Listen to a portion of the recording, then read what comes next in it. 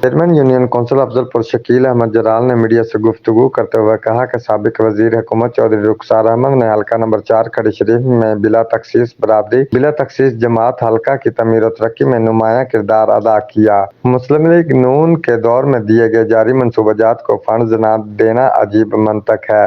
کھڑی مارکیٹا بنی روڈ جس کا 50% کام ہو چکا ہے، اسی طرح بیس شریف تا جوئیاں روڈ کو ادھورا چھوڑ دینا حلقہ نمبر 4 کھڑی شریف کی عوام سے انتقام لینے کے مترادف ہے۔ موجودہ حکومت آزاد جموں و کشمیر عوام کو سہولیات کی بجائے ان کی مشکلات میں اضافے کا سبب بن رہی ہے۔ انہوں نے مزید کہا کہ موجودہ حکومت کی غلط پالیسیوں کی وجہ سے عوام کے ٹیکس کی رقم کو بے دریغ ضائع کیا جا رہا ہے۔ کھڑی مارکیٹ تا افضل پور بنی مین روڈ کے کام کو ادھورا چھوڑ دینا سمجھ سے بالاتر ہے۔ یہ روڈ کھڑی شریف کے 3 یونین کونسلوں کو آپس میں ملاتی ہے۔